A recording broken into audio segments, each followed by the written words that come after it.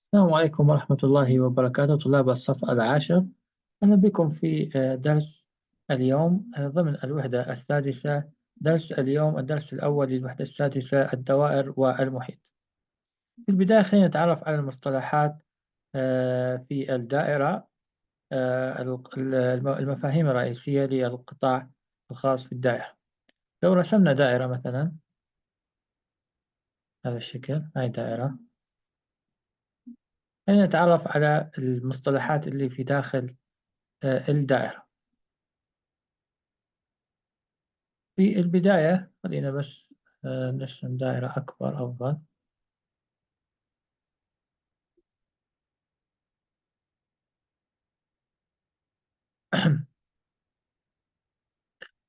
هاي دائرة، خلينا نتعرف على المصطلحات اللي في داخل الدائرة. في البداية الدائرة يكون لها طبعا نصف أو مركز الدائرة، وتسمى في المركزها. مركزها يكون في النصف، يعني إذا مثلا حطينا النصف سميناه سي، هذا هو مركز هذه الدائرة. إذن هذه الدائرة تسمى دائرة سي، يرمز لها بأنها دائرة سي، أو يرمز لها بهذا الرمز دائرة سي. طيب، أول شيء رح نتعرف على نصف القطر. نصف القطر هو الخط الواصل بين أي نقطة في الدائرة إلى النصف. يعني مثلا أنا لو عملت هذا الخط، هذا سيسمى نصف قطر. نصف قطر الدائرة. لو سميناه مثلا أي، فإن المستقيم أي سي هو نصف قطر. نصف قطر في الدائرة. طيب، يعني لو رسمنا أيضا بين سي وبين أي نقطة في الدائرة خط،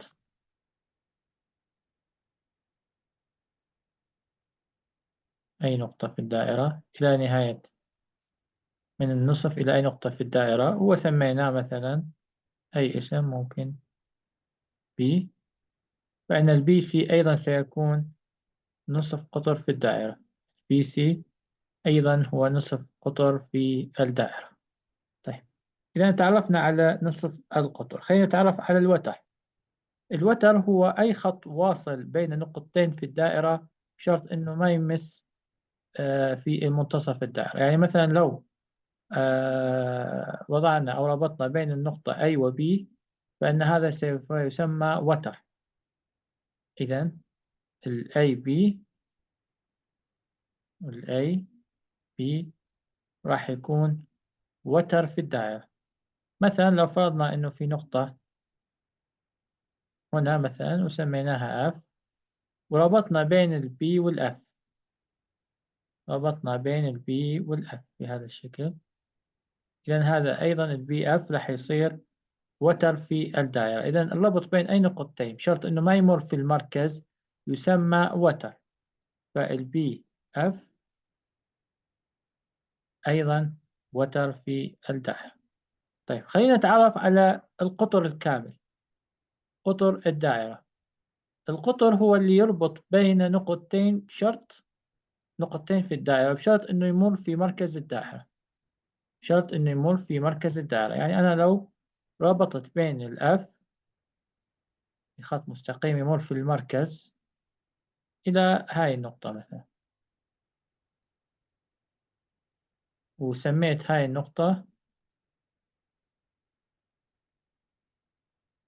مثلا أي اسم، ممكن B، فهذا يعني أن البي اف هو قطر في الدائرة. طيب، لو أنا فرضت نقطة مثلا H، وربطناها خط مستقيم من H يمر في المركز، ضروري يمر في المركز إلى النقطة B. إذن ال BH أيضا يعتبر قطر في الدائرة. إذن ال BH أيضا يعتبر قطر في الدائرة. إذن إحنا في هذه الحالة تعرفنا على نصف القطر، وتعرفنا على الوتر، وتعرفنا على القطر. خلينا نأخذ أمثلة على دائرة من مثال واحد. نرسم دائرة.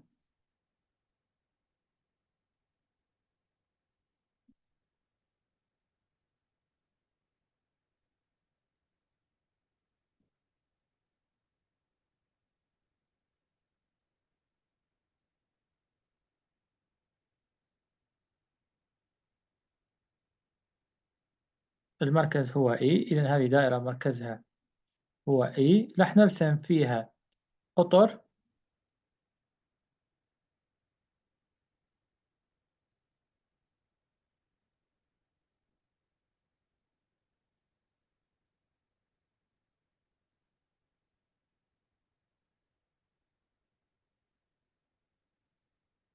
قطر H مع G. هذا هو قطر لأنه يمر في مركز الدائرة. خلينا نرسم وتر في الدائرة. نربط بين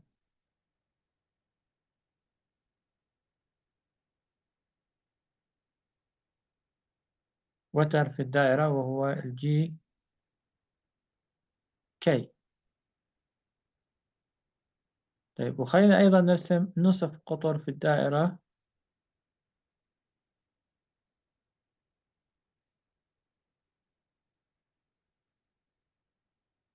هذا نصف قطر في الدائرة وخلينا نسميه F. طيب، الآن حدد وتر وقطر في الدائرة، هذا هو مطلوب من السؤال. الوتر حكينا أو أنه خط واصل بين نقطتين في الدائرة بشرط أنه ما يمر في المركز. فإحنا أكيد عندنا الخط الواصل بين الجي وبين الكي، هذا الخط الواصل بينهم هذا يسمى وتر، لأنه يصل بين نقطتين في الدائرة دون أن يمر في مركز الدائرة. إذا راح يكون الجي كي هو قطر، هو وتر عفوا، وتر في الدائرة. طيب، نسمي القطر يربط بين نقطتين بشرط يمر في المركز. إذا ال HG يعتبر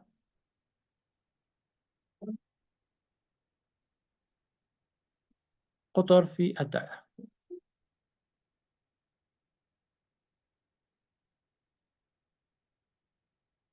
إذا ال HG هو قطر في الدائرة. الآن خلينا نتعرف على علاقة النصف قطر والقطر. مثلا احنا عندنا من H ل G اتفقنا انه هذا قطر يعني يمر في المركز، وبين ال E و G اللي هي عبارة عن نصف قطر. نصف القطر دائما يساوي نصف طول القطر. يعني مثلا لو ال H G طوله 10 هو قطر في الدائرة، إذا نصف القطر اللي هو E G رح يكون نصفه 10 تقسيم 2 يساوي 5. إذا رح يكون ال EG هو 5 إذا كان ال HG هو 10. إذا نصف القطر دائما يساوي نصف قيمة القطر. لو شفنا مثال 2،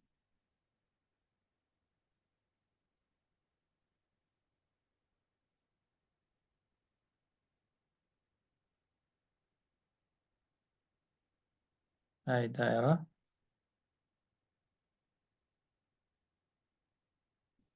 وأن نقطة T والنقطة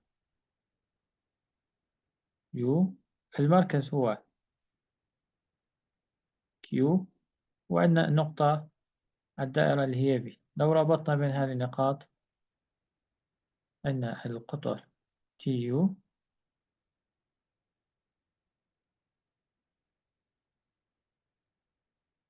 وبين ال V وال Q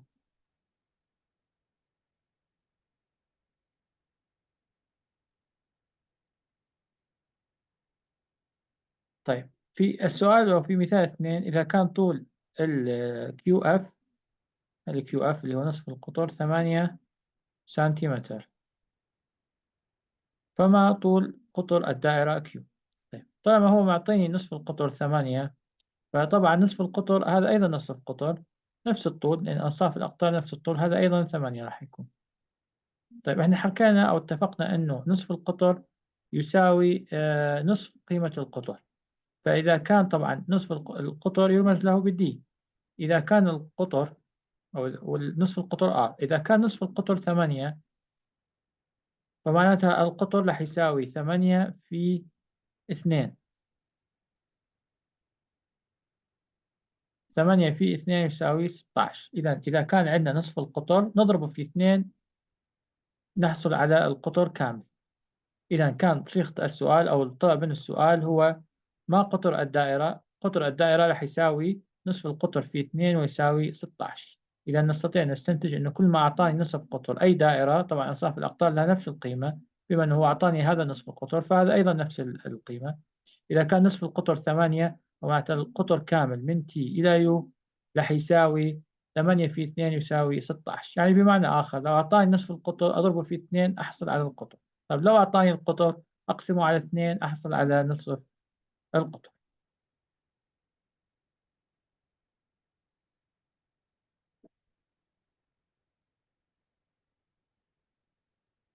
خلينا نشوف مثال 3، وهو يربط بين دائرتين، والمطلوب أن نوجد ضلع من أضلاع الدائرة. خلينا نرسم الدائرة. هذه الدائرة،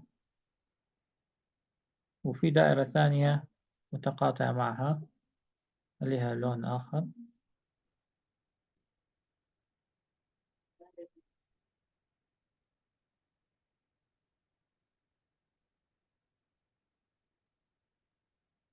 نحطها بهذا الشكل.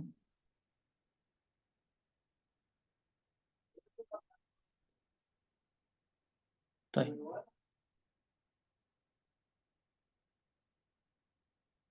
الآن عندنا نصف القطر الدائرة الكبيرة هو S، ونصف قطر الدائرة الصغيرة اللي هو R.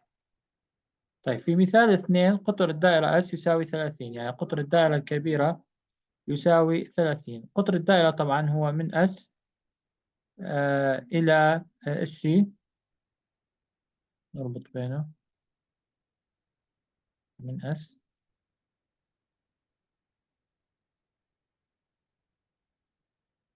إلى C، هذا هو قطر الدائرة الكبيرة. طيب قطر الدائرة الصغيرة طبعا هذا طوله 30 أو نصف، معطيني قطر كامل 30. القطر كامل 30 معناته نصف القطر هو 15. إذا نصف القطر من S إلى C يساوي 15 بالنسبة للدائرة الكبيرة. طبعا هذه ضمن معطيات المثال. طيب نصف قطر الدائرة الصغيرة اللي هو من النقطة هاي اللي هي دي إلى النقطة R، هذا هو نصف. خلينا نربط بينه. كم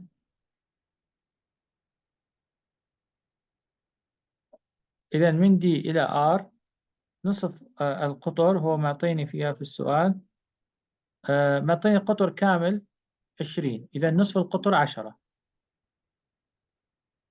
إذا هاي 10.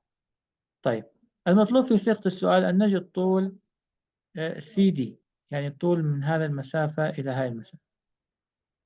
هذا هو المطلوب في السؤال. طيب المطلوب إذن هو CD. إذن المطلوب أن نجد CD.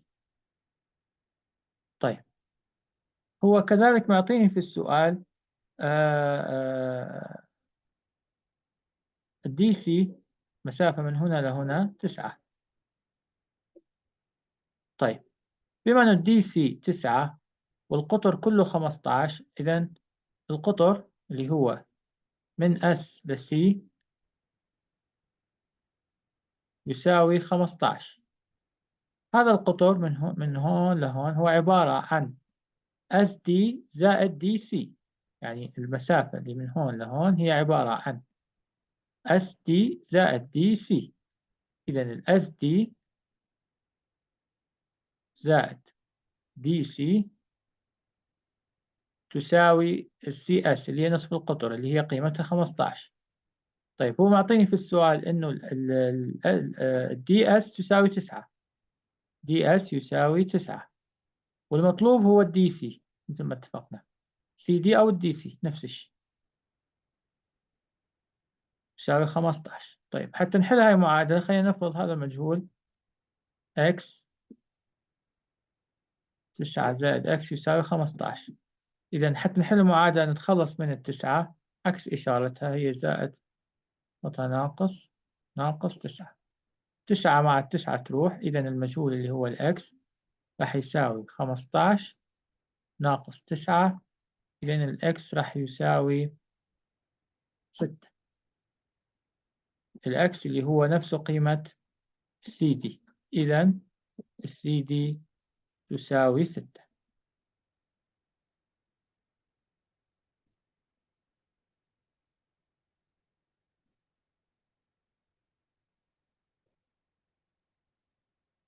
الآن خلينا نروح نتعرف على محيط الدائرة. المفهوم الأساسي للمحيط، محيط الدائرة طبعا هو المسافة اللي حوالين الدائرة، حوالين الدائرة. لو رسمنا دائرة بهذا الشكل، هذه دائرة، فإن محيطها المسافة حوالين الدائرة لها قانون ثابت، وقانون المحيط C يساوي باي في دي. طبعا الباي هو قيمة ثابتة وقيمته 3.14، نضربها في قطر الدائرة. هذه في حال أنه كان عندنا قطر الدائرة معلوم. طيب في حال إذا كان عندنا المعلوم هو نصف القطر، راح يصير القانون 2 باي R، والR هو نصف القطر. يعني لو أنا أعطاني في السؤال الR راح أستخدم هذا القانون حتى أوجد المحيط. طيب لو أعطاني القطر راح أستخدم هذا القانون لإيجاد المحيط.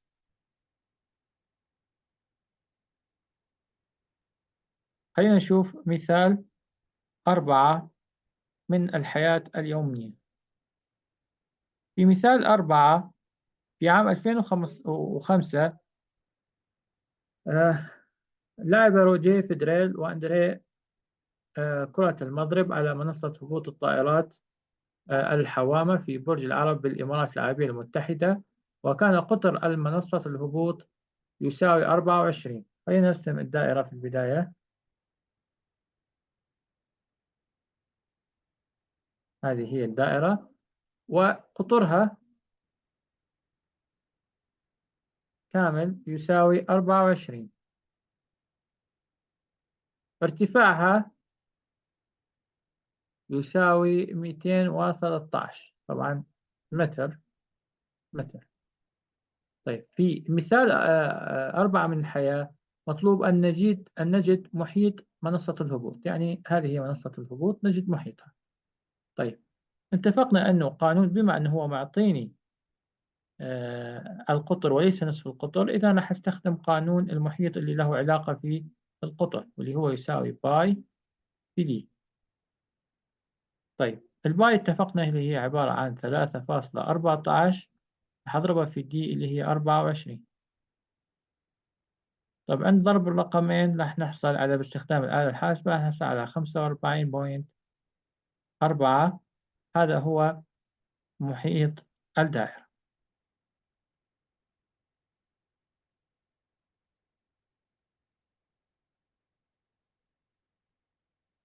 الآن أصدقائي راح نتعرف على علاقة المحيط بنصف القطر والقطر. يعني في حالة أنه هو أعطاني المحيط وكان المطلوب في السؤال أن أوجد نصف القطر أو القطر. خلينا نشوف هذا المثال، مثال 5. جد قطر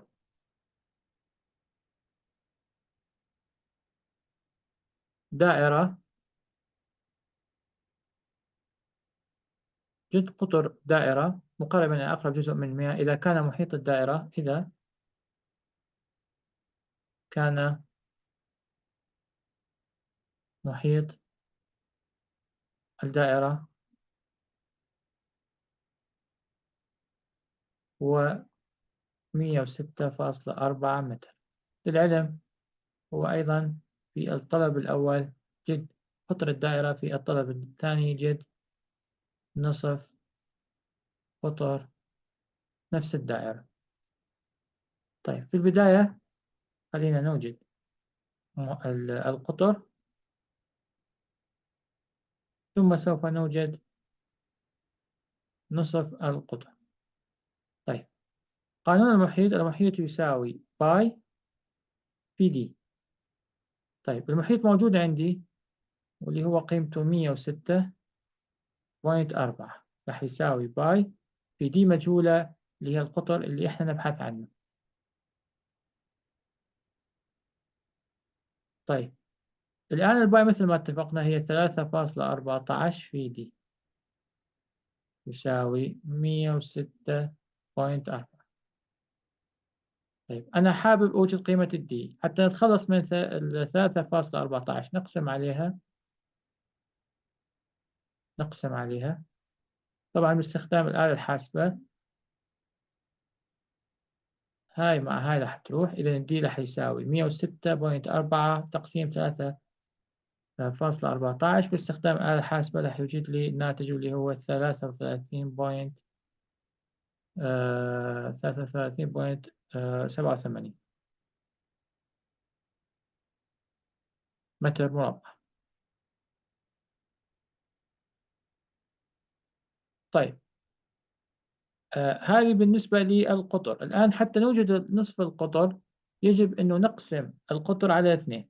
إحنا أوجدنا القطر، الآن حابين نوجد نصف القطر. نصف القطر دائما مثل ما اتفقنا يساوي القطر تقسيم 2. القطر أوجدناه اللي هو 33.87 تقسيم 2 اللي هي نصف القطر اللي هو راح يساوي استخدام الآلة الحاسبة 16.94. هذا هو نصف القطر.